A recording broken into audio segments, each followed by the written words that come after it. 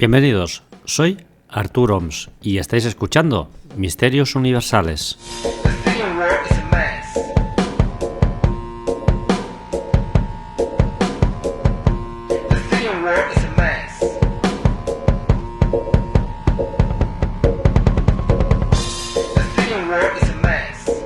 Vamos a correr un riesgo que los académicos no corren.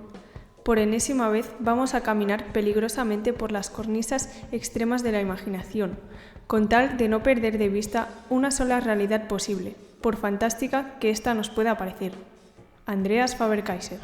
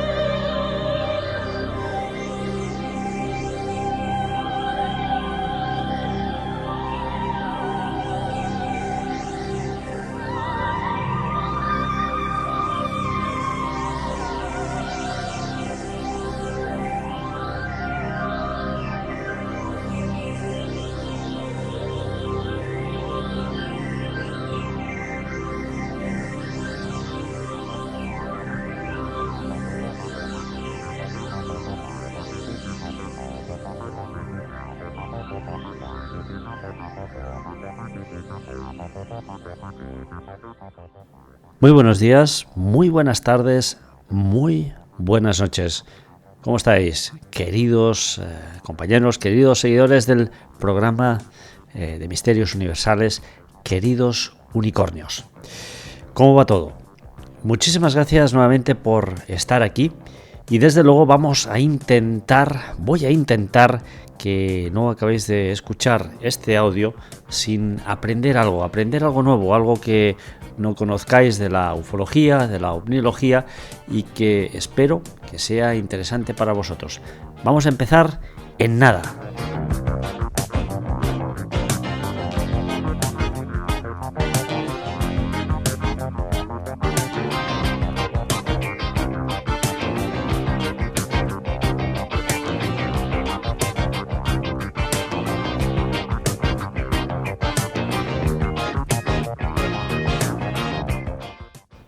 Veréis, los gobiernos han colaborado en el pasado, continúan colaborando en el presente y colaborarán con empresas privadas, con grandes corporaciones, y lo hacen, evidentemente, aportando grandes e ingentes cantidades de dinero. Esto, queridos amigos, es un ejemplo muy claro de cómo las empresas privadas interceden en la vida pública, en lo que sería el gobierno, y cómo los gobiernos, a través de estas empresas privadas, continúan intercediendo en la vida privada de las personas. Desde luego, este es el claro ejemplo de cómo funcionan las cosas. Y hoy analizaremos casos, evidentemente, de ufología, pero también vamos a analizar el caso de la corporación RAND, Research and Development. Esta corporación, que se creó en 1948 bajo la amable tapadera de Douglas Aircraft, esa compañía de aviones. ¿Quién manda en el mundo? ¿Mandan los gobiernos? ¿Mandan personas que están detrás de los gobiernos? ¿O mandan las grandes corporaciones y sus enormes accionistas? Yo creo que esta última es la que más pistas nos da, ¿verdad? ¿Es que sí?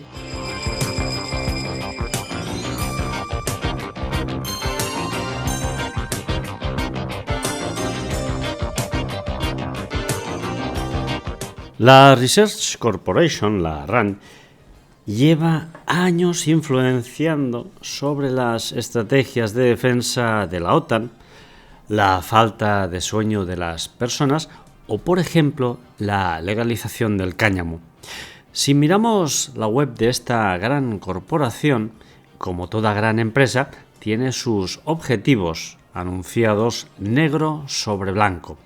Y estos son los siguientes: búsqueda y análisis. ¿Búsqueda y análisis de qué? Pues evidentemente de métodos, de softwares, de sistemas para poder analizar mucho mejor el comportamiento humano y dirigirlo. Integridad y estándares de calidad. Claro.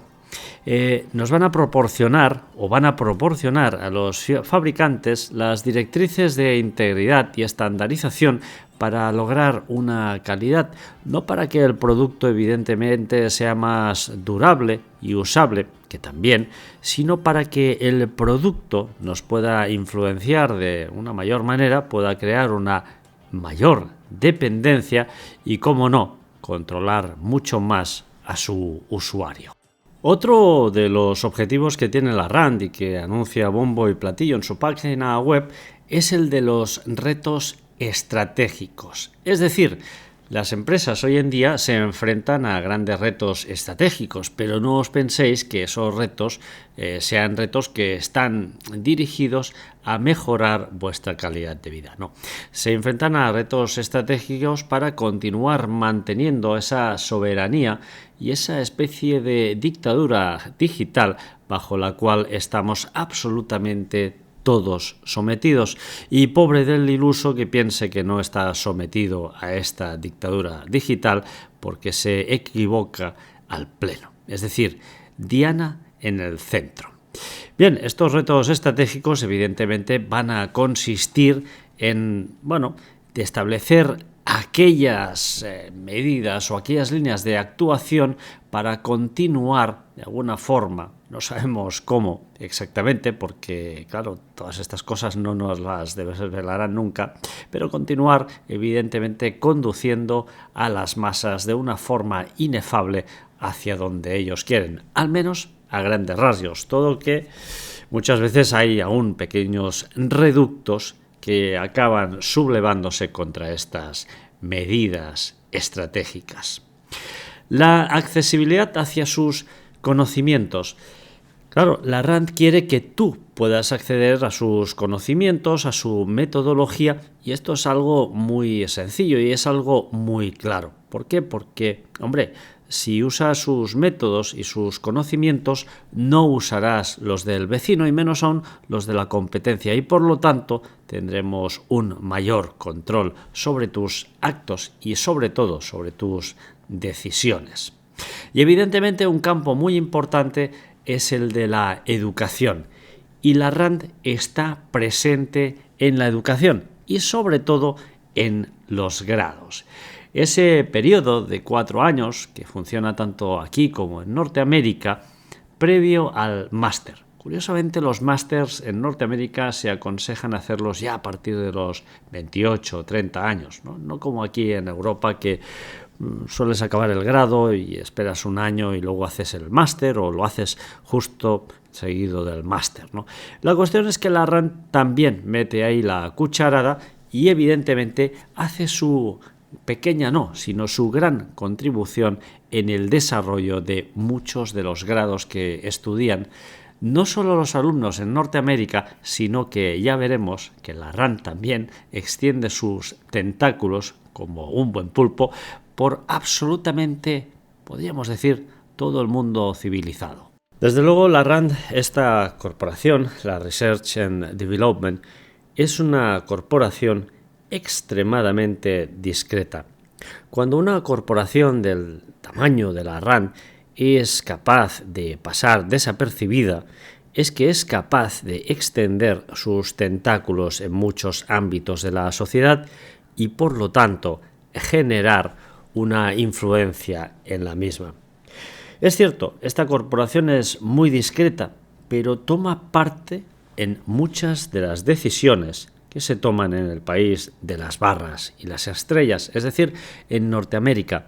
Y ya sabéis que Norteamérica es un gran influenciador de todo lo que pasa en el resto del mundo. Aquello que sucede a Norteamérica sucede en gran manera al resto de países.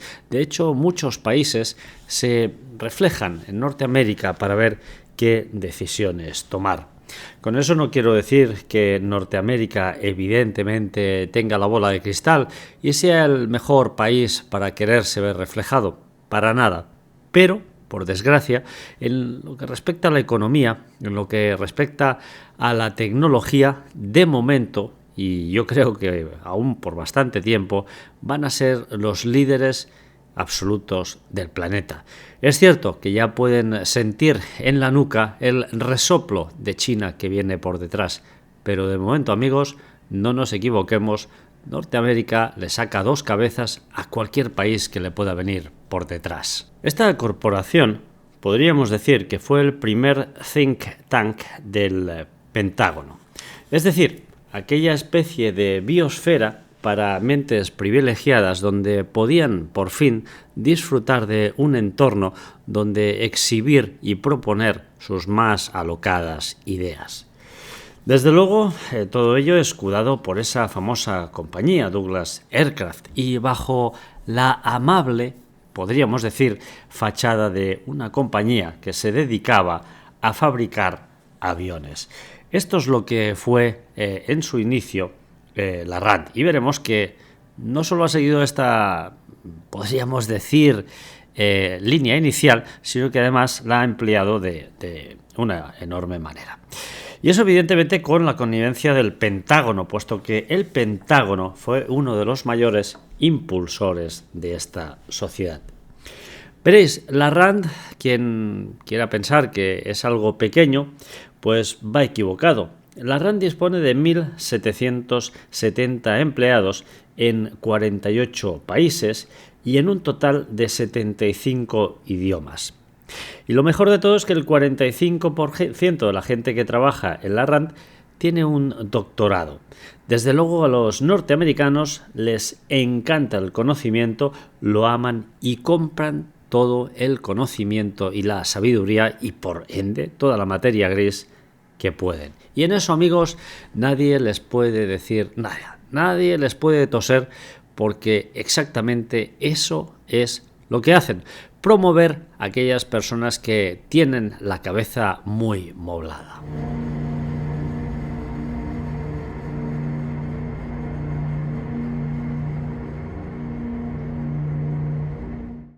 La RAND, queridos amigos, colabora con muchas ramas del gobierno norteamericano.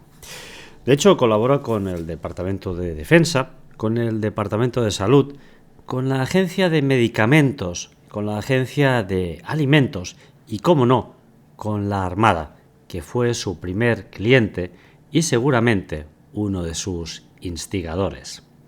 Pero no solo colabora a nivel nacional con estas entidades, sino que también colabora con gobiernos de absolutamente todo el planeta, proveyéndoles de una cantidad de servicios de lo más variopintos, últimamente casi todos ellos relacionados con la inteligencia artificial.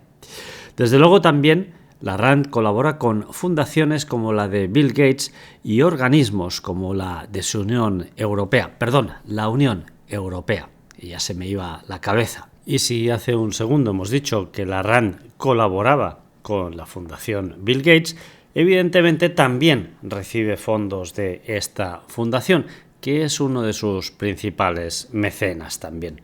No solo la Fundación Bill Gates, sino que muchas universidades donan fondos a título privado a la RAND.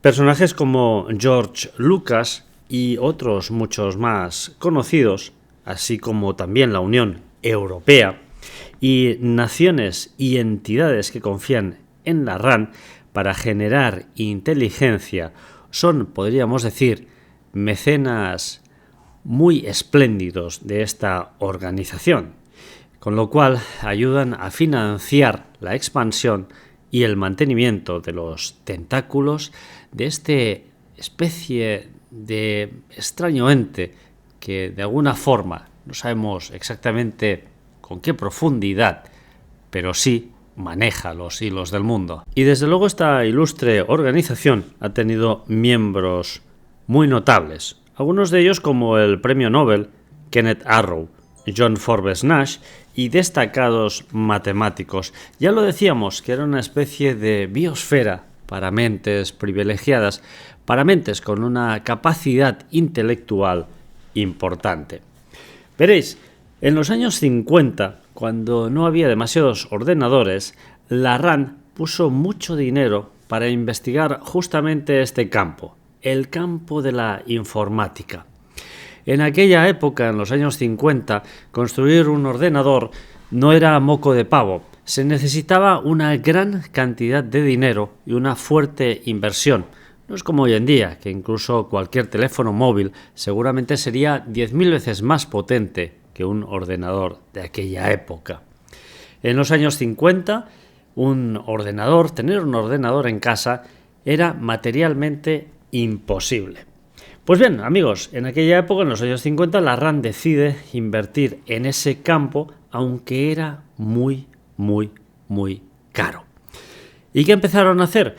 Pues muy sencillo. Empezaron a analizar al país, no vecino, sino con el que mantenían esa extraña guerra fría, a Rusia, para saber cuáles eran todos sus movimientos.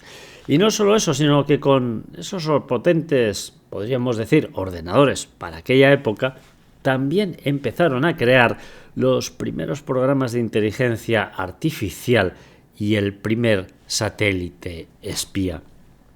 Y lo habéis escuchado bien, programas de inteligencia artificial.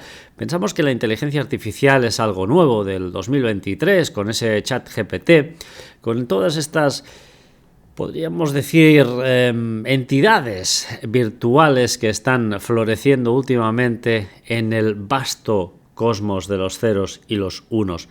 Pero no, queridos amigos, la inteligencia artificial data de muchos años atrás. De hecho, amigos, si hoy en día estamos utilizando alguna, podríamos decir, tecnología en el campo civil, es que esta tecnología es muy antigua y que está muy avanzada, evidentemente, en el campo militar y en el campo gubernamental, porque lo que nos llega a nosotros realmente ya está desfasado, seguramente de 15 o 20 años. Y como decíamos, en los años 50, la RAND también creó ese primer espía satélite.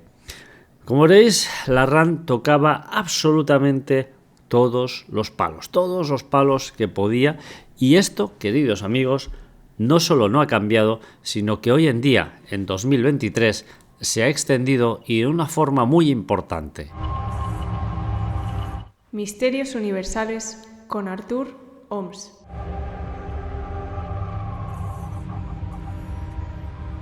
Y son muchas en las aventuras en las que la RAND se ha embarcado. Por ejemplo, la famosa Guerra de las Galaxias de Reagan, cómo no, investigar demandas sobre el amianto o incluso realizar campañas para evitar el consumo de alcohol. Desde luego no faltan en su currículum la recopilación de datos sobre la criminalidad o sobre, por ejemplo, las diferentes estructuras familiares, monoparentales, etcétera. Terminar también con la cocaína fue uno de los objetivos de uno de los estudios de la RAND. O, por ejemplo, también levantar la prohibición de la homosexualidad en el ejército, que por cierto se logró. La expansión de la OTAN, estudiar microvehículos aéreos o incluso el uso de drones bélicos que tan de moda están hoy en día y sobre todo se están usando de una forma muy importante en esta guerra que Rusia ha declarado a Ucrania. Bueno, no la ha declarado, directamente ha invadido el país. La RAND también ha estado siempre en el sector de la vigilancia y, cómo no, en el de la inteligencia militar, aún hoy en día mucho más presente, puesto que la inteligencia dotada de, y nunca mejor dicho, inteligencias artificiales, ha dado unos saltos cualitativos y cuantitativos muy importantes estos últimos 30 años. Y esta corporación, queridos amigos, siempre ha continuado en una línea. Una línea de mantener un perfil bajo, una línea de pasar desapercibida, pero eso sí, formando siempre parte de los actores principales del orden mundial, que detrás del telón continúan moviendo los hilos de absolutamente todo. Pero seguramente os estaréis preguntando, bueno, ¿y esto qué tiene que ver con los ovnis? ¿Qué tiene que ver la RAND con los ovnis? Veréis mucho, muchísimo, porque de hecho aún hoy en día la RAND continúa conectada con el y los fenómenos aéreos o submarinos desconocidos o espaciales desconocidos. Veréis, la RAND se menciona en varias ocasiones en el libro de los desconocidos del espacio del mayor Donald K. Howe. Y evidentemente este libro está única y exclusivamente relacionado con los ovnis de aquellos años, de los años 50, de los años 60. Y la RAND aparece en muchísimos informes y muchísimas investigaciones. Desde luego hoy os voy a traer varios casos, creo que son 3 en total que he preparado, 3 casos que evidentemente vuelvo a sacar del libro de los desconocidos del espacio del mayor Donald K. Howe, un libro que por cierto, si no tenéis, creo que está disponible en PDF en algún lugar, pero si podéis comprarlo, si podéis tener una copia original en papel, pues desde luego os lo recomiendo porque es un libro que es una joya. Y si no, amigos, tiempo al tiempo.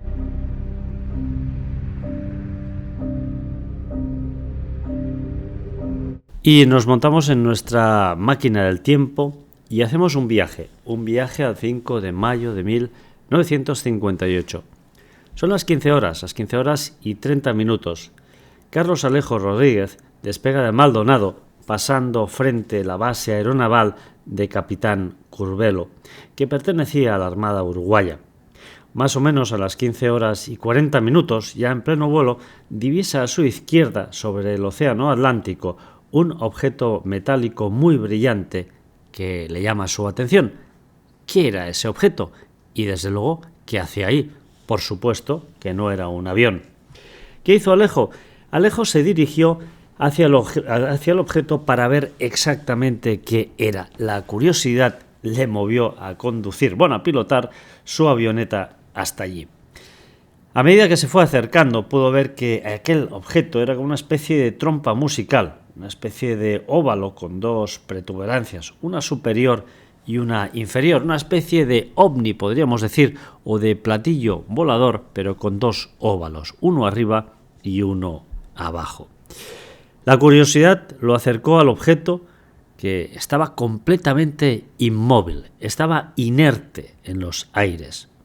A unos 2.000 metros de distancia empieza este señor Carlos Alejo a sentir un calor abrasador, un calor tan bestia en ese pequeño habitáculo de su avioneta que se tiene que quitar la chaqueta y abrir una ventana para que entre un poco de aire fresco. Finalmente logró aterrizar su Piper en la base de Melilla, no sin antes ver cómo el ovni se fue adentrando en el océano para desaparecer bajo su atenta mirada.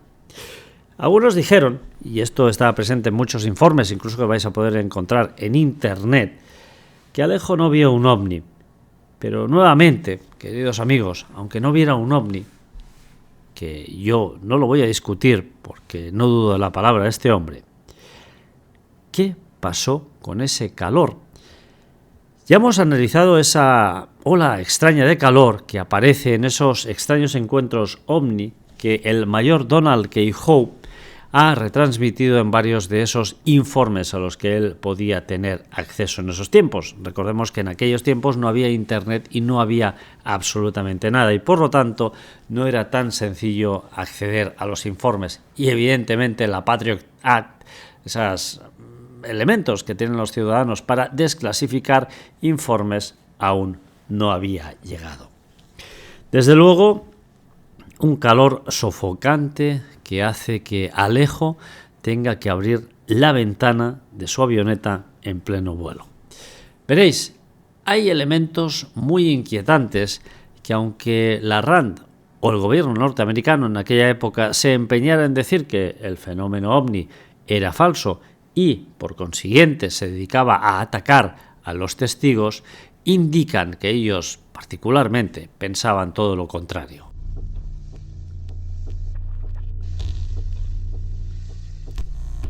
Y como lo sabemos, pues veréis, un documento de la RAND, más o menos del año 1955, hablaba de los daños causados a seres humanos y la interferencia con la energía eléctrica que provenía de estos extraños objetos voladores no identificados.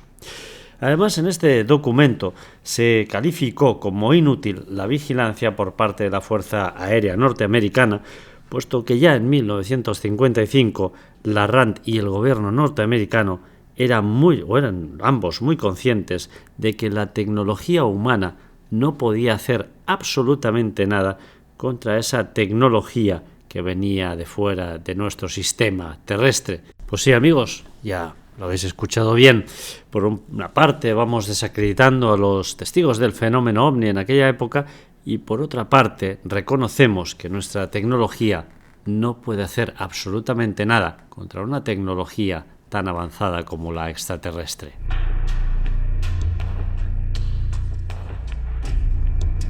Y desde luego, amigos, el caso de Carlos Alejo Rodríguez tiene muchas similitudes con aquellos que relatamos hace muy poquito tiempo en otro episodio de Misterios Universales. El calor, ese elemento sofocante y presente en muchos de los casos con encuentros en tercera fase. Viajamos nuevamente en el tiempo y esta vez nos vamos a 1968, es decir, 3 años antes de que yo naciera. Y nos vamos justamente cerca de Beltsville, en Ohio. Es un 14 de marzo por la tarde. Y estad atentos, porque lo que sucedió aquí es algo terrorífico. Muy cercano a esa población de Beltsville, había una especie de campamento donde los norteamericanos suelen poner sus casas móviles, esas mobile home. Y ahí vivía un chaval llamado Gregory Wells, de tan solo 9 años. Cerca de donde vivía él con sus padres, a unos 45 metros, vivía su abuela. ¿Y qué hace un chaval de 9 años por la tarde? Pues ir a ver a su abuela, como es lógico y corresponde. El chaval pasó prácticamente toda la tarde en casa de su abuela y cuando ya iba a anochecer decidió tirar para casa. El trayecto era muy sencillo, tenía simplemente que salir de casa de su abuela y recorrer los 45 metros que separaban ambas viviendas. Como veis, 45 metros se recorren en nada y en menos. El chaval cerró la puerta, salió al paso, despidiéndose de su abuela y a los pocos segundos la abuela oyó gritar al chico de una forma aterradora. De hecho, lo oyó gritar tan fuerte que hasta su propia madre, que estaba en la casa de delante, salió para ver qué es lo que estaba sucediendo, porque había reconocido un alarido tremendo de su hijo como pidiendo ayuda. Ambas salieron y vieron una imagen que las impactaría para siempre. Vieron a Gregory Wells, revolcándose en el suelo con su chaqueta en absolutas llamas. Entre las dos, la madre y la madre de su madre, o su abuela y la madre del chaval, consiguieron apagar el fuego. Consiguieron detener ese fuego que ardía y que estaba consumiendo la chaqueta de Gregory. Al final el chaval sufrió quemaduras en el antebrazo y estaba en estado de shock. Los vecinos pudieron ver un ovni que estaba ahí flotando, curiosamente muy cerca de donde estaba el chaval. Desde luego el chaval fue conducido inmediatamente al hospital, pero de mientras llegó el sheriff y no paró de recibir testimonios de los vecinos que decían haber visto un artefacto cilíndrico que se movía a muy baja altura.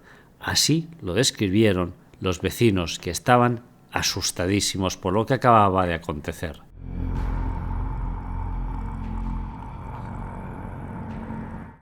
Pero una pregunta flotaba en el aire. ¿Qué le había sucedido al chaval? Veréis, tan pronto como el chaval se recuperó y pudieron entrevistarlo, de hecho, él dijo que cuando salió de casa de su abuela y estaba a media distancia entre casa de su abuela y casa de sus padres, fue cuando vio un extraño objeto iluminado que flotaba sobre unos arbustos. Gregory se quedó mirando ese objeto como anonadado, y el objeto que estaba ahí flotando encima de esos arbustos, pues pareció como si de la parte inferior de él saliera una especie de varilla, una especie de tubo que se fue dirigiéndose poco a poco hacia él, lo encañonó, podríamos decir, lo apuntó y emitió una especie de destello o llamarada que prendió en ese mismo acto la chaqueta de Gregory en llamas. Desde luego, los investigadores analizaron de arriba abajo la chaqueta de Gregory, miraron si hubiera podido llevar algún tipo de material que hubiera podido ser el causante de ese extraño incendio, y no pudieron encontrar nada que hubiera causado ese incendio tan repentino. Solo quedaba una versión, la del chaval, y solo, única y exclusivamente, quedaba esa verdad. Esa verdad tan incómoda a la que los investigadores nos enfrentamos cuando hablamos con un experimentador del testigo OVNI. ¿Hay que creerle? ¿No hay que creerle? Evidentemente hay que creer lo que las personas nos dicen. Siempre hay que intentar buscar una solución, una explicación racional, una explicación científica, una explicación terrenal a lo que han pasado los testigos. Y muchas veces, para honrar a la verdad, en el 99% de las veces se consigue obtener esa explicación, pero hay un 1% de esos casos que quedan sin resolver. ¿Quién miente ahí? No miente absolutamente nadie. El fenómeno ha sucedido.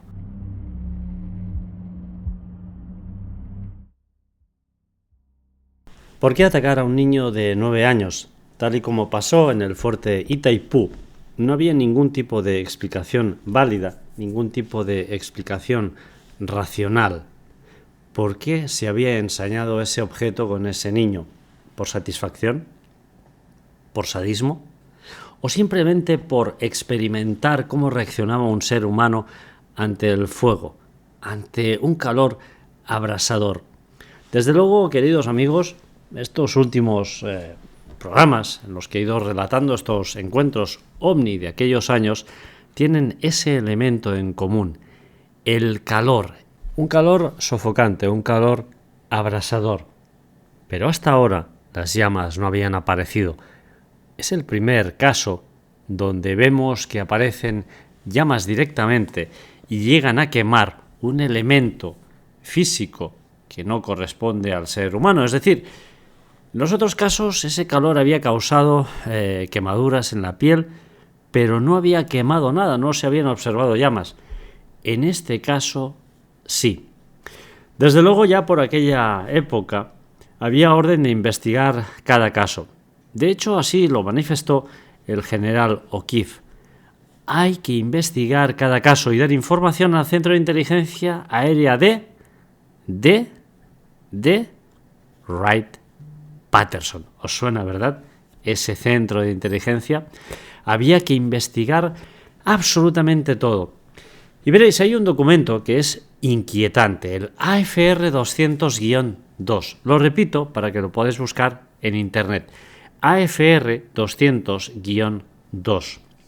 Se trata de un documento que ya en aquella época contenía las instrucciones para el manejo de materiales recuperados procedentes de un OVNI.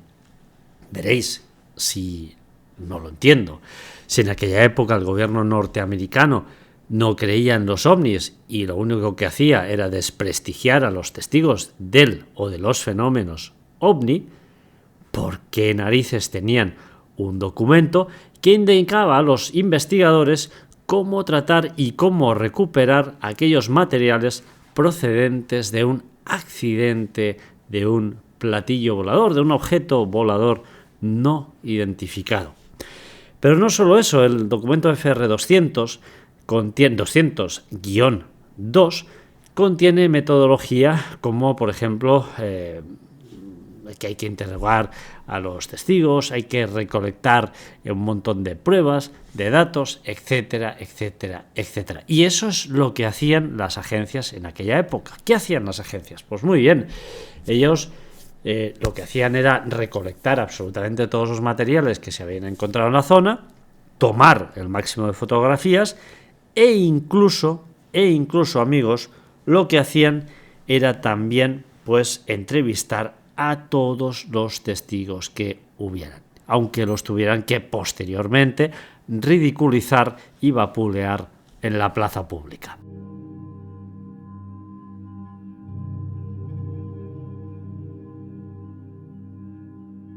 Y abordamos el último caso de hoy. Vamos concretamente hacia 1965.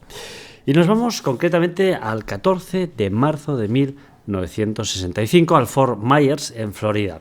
El protagonista de este encuentro con lo insólito es un ranchero que, además de ser ranchero, era entrenador de perros. Su nombre, James W. Flynn.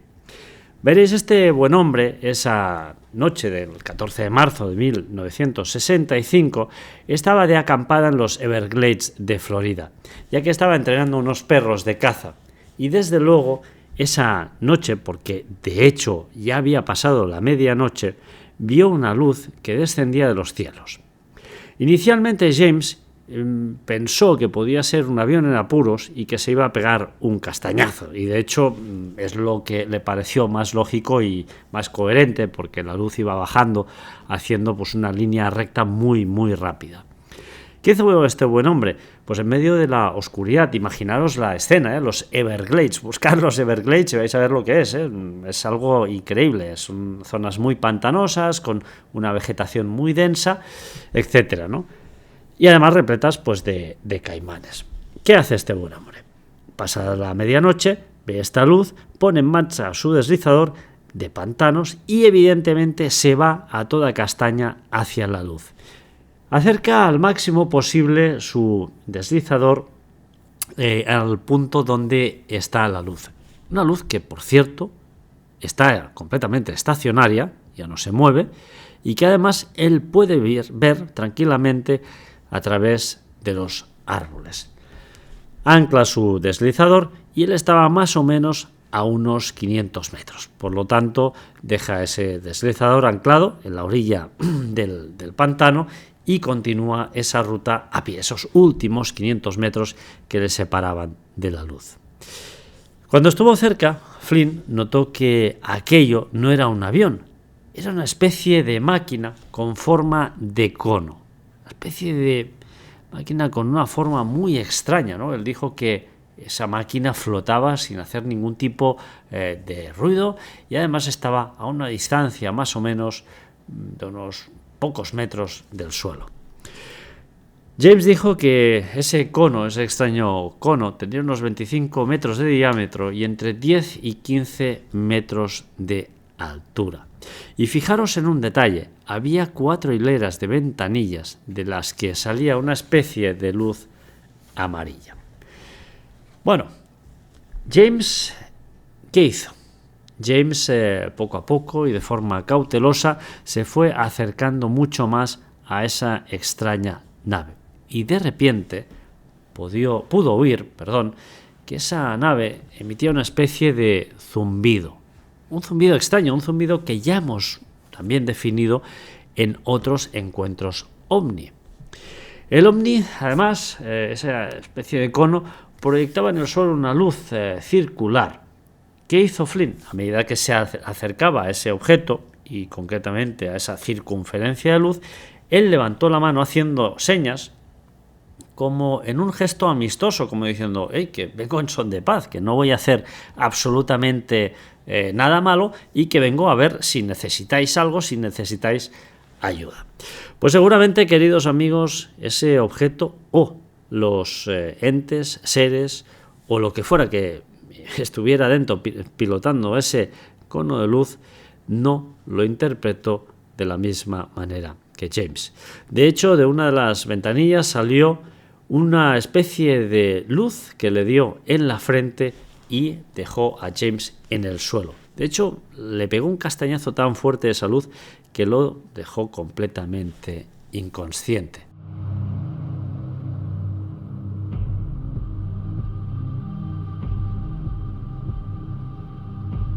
Y queridos unicornios, vuelvo a insistir, poneos en la piel de James, poneos en esos Everglades, son las 12 de la noche pasadas, una noche oscura, estáis completamente solos, estáis oyendo los perros cómo ladran, porque lo que ha sucedido es tremendo, una luz que se ha dirigido hacia un lugar muy cercano de vuestro campamento, no sabéis exactamente lo que es y habéis dejado los perros ahí solos, ¿no? Además sale una especie de extraño rayo de una de las luces y os deja completamente inconscientes. ¿Qué es lo que sucede? Finalmente James acaba despertando, pero se da cuenta de que está parcialmente ciego. Esa luz lo ha dejado pertrecho o maltrecho, no sé exactamente cómo se dice. Y desde luego en el lugar donde esa luz le había golpeado tenía un hematoma que le dolía muchísimo. El ovni ya no estaba, pero en su lugar había una zona completamente chamuscada. Esto suena mucho, ¿verdad? También las copas de los árboles estaban, algunas de ellas, chamuscadas. ¿Qué hizo James? Pues evidentemente regresó a Fort Myers y se dirigió inmediatamente a un hospital, donde estuvo 5 días ingresado. Allí sufrió una pérdida de visión, merma de reflejos, flacidez en los músculos y tendones y, como siempre, y para no perder la costumbre, las autoridades desmintieron a Flynn. Dijeron que lo suyo había sido una especie de alucinación. Pero por suerte había unos periodistas de un diario local, el New Press, que corroboraron absolutamente toda la historia de James de arriba a abajo, recabando testimonios que también habían podido ver esa extraña luz. El caso, amigos míos, llegó al Pentágono, que como siempre lo desprestigió, pero por otra parte fue a investigarlo y vio la zona completamente chamuscada, vio las copas de los árboles que también habían sido quemadas y por supuesto también lograron encontrar unas extrañas raspaduras en los árboles, como si aquel objeto al descender hubiera dañado los mismos. Esto está recogido en este magnífico libro, Los desconocidos del espacio, del mayor Donald K. Howe. Está recogido y desde luego me parece un testimonio escalofriante, ¿no? Primero, en primer lugar, porque y hay que tener valor de irse solo con una cuadrilla de perros a los Everglades, y en segundo lugar, hay que tener más valor aún para perseguir una extraña luz, en medio de la noche, cuando estás completamente solo y en un medio tan hostil como este. Nuevamente parece que las ventanillas de los ovnis en aquella época eran un elemento bastante común cuando había un avistamiento. No suele ser común hoy en día cuando vemos un avistamiento ovni ver ventanillas, ¿no? En aquella época sí, se veían ventanillas e incluso se podía ver luz que emanaba a través de los cristales de las mismas. Hoy en día todo esto ha cambiado y esos objetos voladores no identificados que nos visitan parecen que se han modernizado. Y en cierta manera hoy en día los objetos voladores no identificados nos recuerdan ciertamente a los drones, porque los drones no hay nadie, absolutamente nadie que los pilote. Es cierto que hace años también se divisaban objetos voladores no identificados sin ningún tipo de ventanilla, sin ningún tipo de, podríamos decir, oquedad en su casco que de alguna forma dejara entrever el interior de los mismos, ¿no? Pero sí que es cierto que se divisaban muchos más objetos con estos elementos, con estas ventanillas. Hoy en día ya no se divisan prácticamente. Hay algún caso, cierto, pero no son habitualmente los más abundantes. Parece que estos objetos voladores no identificados ya en el pasado venían sin ningún tipo de tripulación, como si alguien también los condujera o los tripulara a distancia, pero algunos de ellos no. Algunos de ellos parecían contener esos habitáculos con esas ventanillas equipados para que alguien desde dentro pudiera conducir esas extrañas naves. Nos recuerdan, como hemos dicho, a los drones, unos drones que hoy en día nosotros como civiles somos capaces de mandar a varios kilómetros de distancia con un simple mando que cabe en la palma de nuestras manos. Desde luego, los militares son capaces de hacer lo mismo, pero a miles de kilómetros. La tecnología ha avanzado estos últimos 50, 60, 70 años de una forma impresionante. Imaginaros entonces cómo ha debido avanzar para estos seres que nos visitan de otras galaxias, que ya disponían hace 70 años de una tecnología avanzadísima.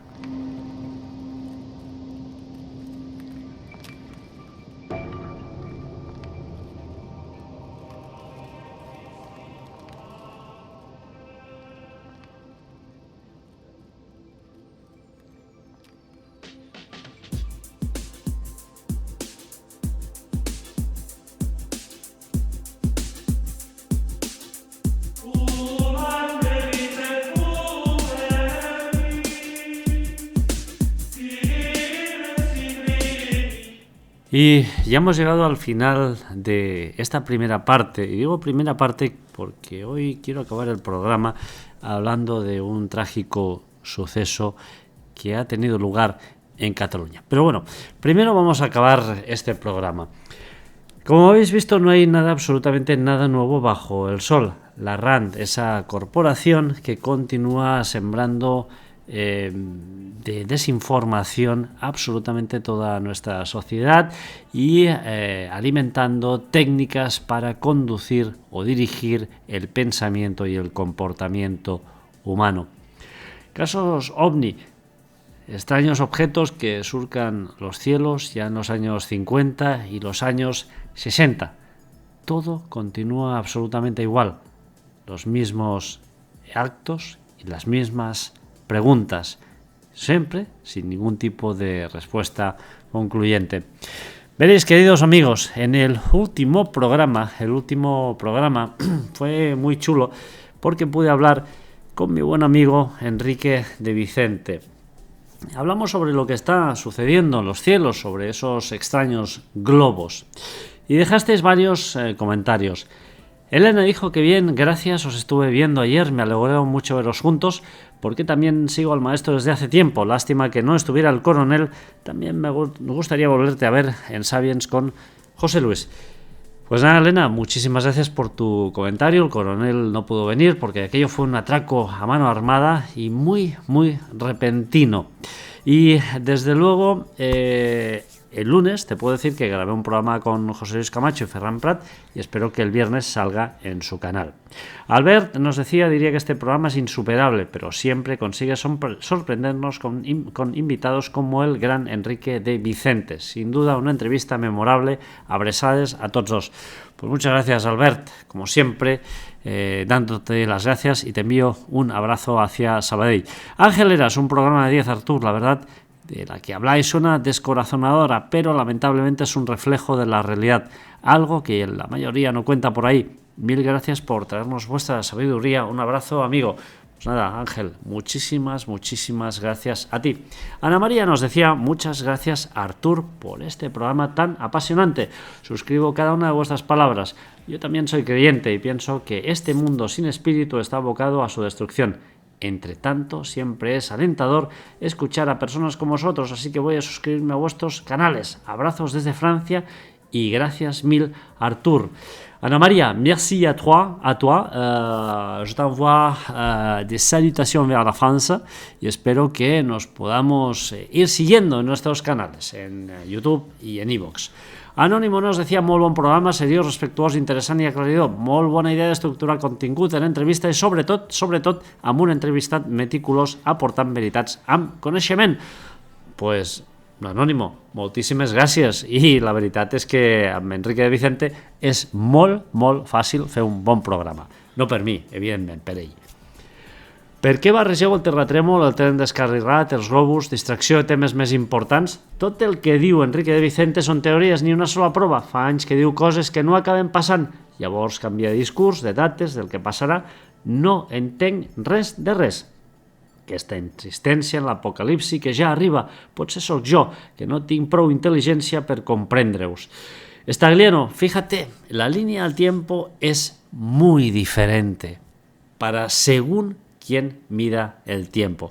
Para un ser humano 100 años es mucho tiempo y 100 años a lo mejor es lo que nos queda de recorrido hacia el apocalipsis. Para ti y para mí serán muchos años, pero en la línea del tiempo no son absolutamente nada. No mezclamos temas, sencillamente decimos que unos pueden llegar a ser encubridores de otros. Nada, se agradece muchísimo tu comentario. Evidentemente, en esta casa, todos los comentarios desde el respeto, aunque no estén de acuerdo con lo que se ha dicho en el programa, son bienvenidos. Y, por cierto, el tuyo aún más. Muchísimas gracias. Centinela 44. Perdón, pero al afirmar el presentador entrevistado que conoce las maniobras OVNI, flipo. Bueno, yo flipo con tu comentario, Centinela 44. Si me lo quieres explicar un poquito mejor y detallar, pues yo encantado lo responderé. Te mando un abrazo a ti y a todos los que, como siempre, comentáis, desde luego con respeto, porque, bueno, evidentemente esa es una parte fundamental de la especie humana, el respeto. Y ahora voy a hablar de esto, amigos. No os vayáis porque os quiero hablar de algo que no tiene nada que ver con el misterio, pero que desde luego es también en sí un misterio.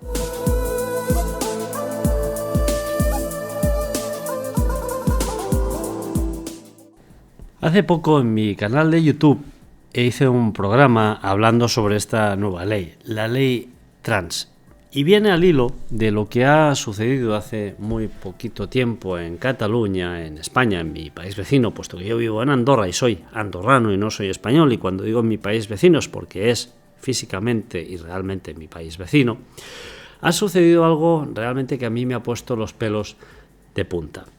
2 menores se han lanzado desde un balcón. 2 menores porque resulta que les hacían bullying. La Generalitat de Cataluña, como siempre, al principio intentó escurrir el bulto, como lleva haciendo ya desde hace muchos años, ¿no? Con todo el asunto de la independencia y otros más asuntos, ¿no? La verdad es que ha intentado escurrir el bulto, pero al final la verdad siempre sale. ¿Y cuál es la verdad, amigos? La verdad es que a esas 2 niñas les hacían bullying en la escuela. Había una de las niñas que se sentía un niño y realmente aquello pues era causa de mofa y de bullying en las escuelas. Desde luego, amigos, no hay nadie, no hay un ser en el planeta más cruel que otro niño. Yo he sido niño, vosotros seguramente también habéis sido niños y habéis sufrido los acosos y los abusos de otros niños en la escuela.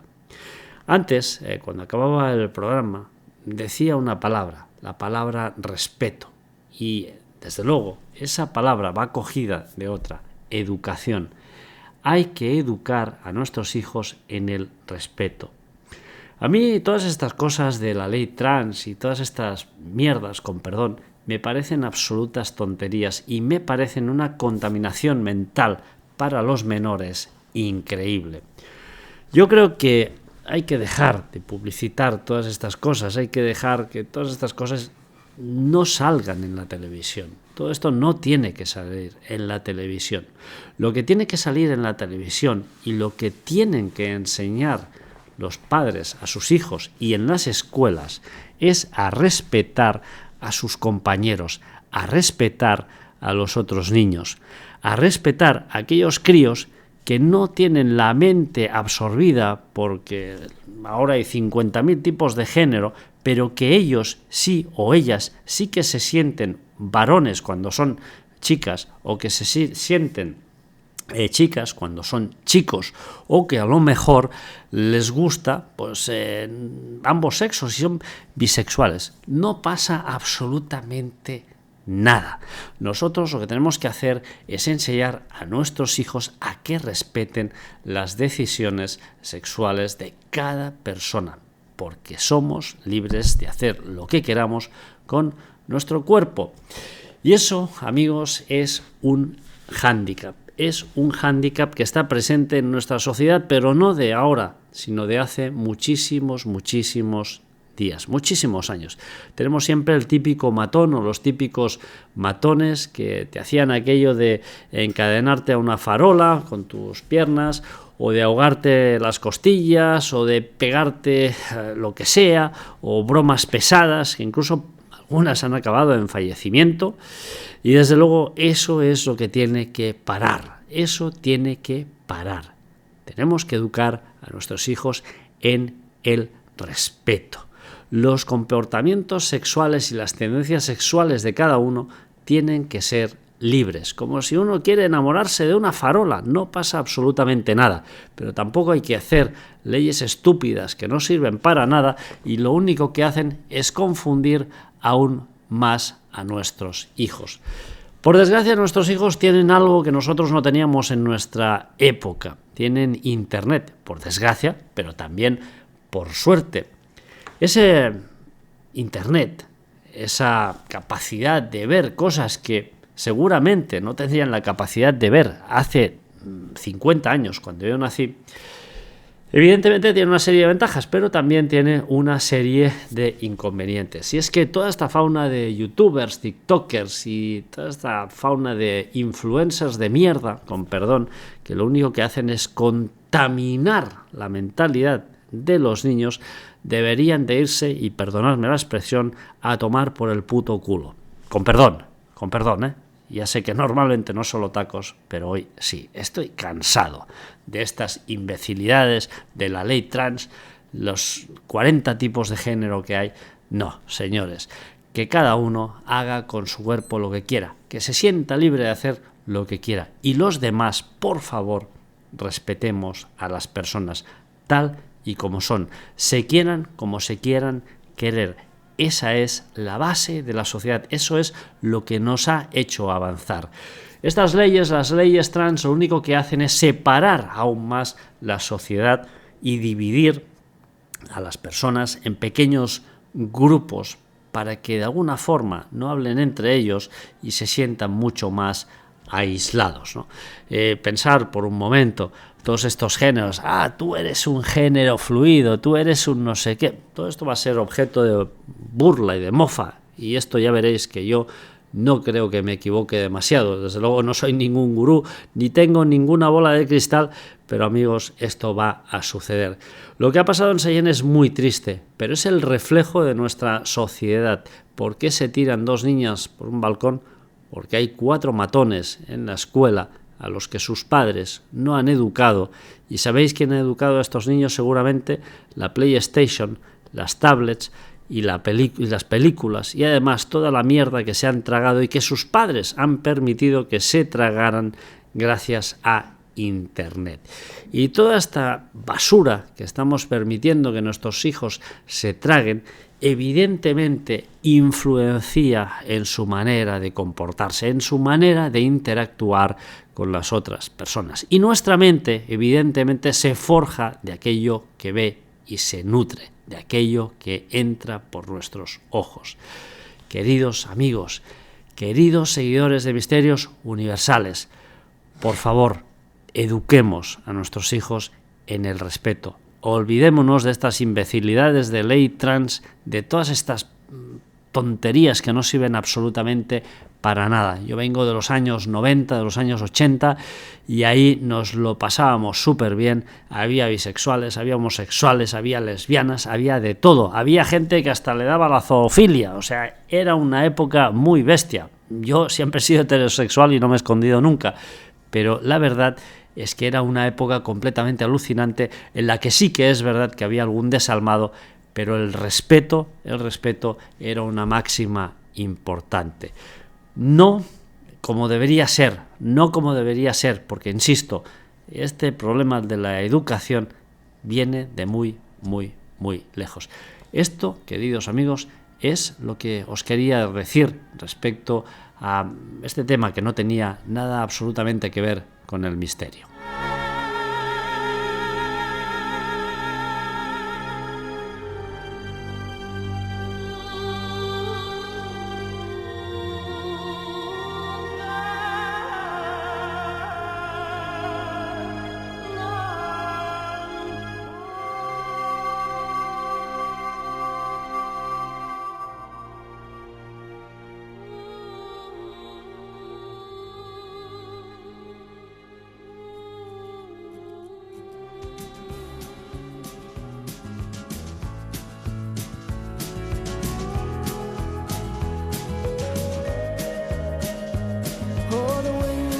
Y colorín colorado, este cuento se ha acabado. Os espero, amigos, en mi canal de YouTube. Buscarme como Artur Oms, Oms con H delante. Suscribíos a mi canal en YouTube, por favor. Suscribíos a mi canal en iVoox. Me ayudáis mucho suscribiéndoos. Ya sabéis que iVoox nos penaliza a los que ofrecemos contenido gratuito. Es una lástima, pero es así. Y suscribiéndoos a mi canal me ayudáis y me motiváis a continuar grabando programas. Los que tengáis Telegram, buscar Misterios Universales, entráis allí o os unís a mi grupo y así podemos ir debatiendo y comentando todas las últimas noticias y también sobre los nuevos programas que voy colgando. ¿Que habéis sufrido alguna experiencia paranormal? ¿Que habéis tenido un encuentro de tercera fase? ¿Que os ha pasado alguna cosa extraña? ¿Que habéis visto alguna luz en el cielo? Por favor, escribirme y explicármelo. Encantado, analizaré vuestro caso y por favor no me reenviéis fotos reenviadas, sino que enviarme fotografías originales. El lugar, la fecha, la orientación, todos esos detalles son importantísimos. Desde luego, lo que os puedo decir, y ya para concluir, es que os mando un abrazo enorme y os emplazo aquí, nuevamente en iVoox. Espero que en breve. Un abrazo.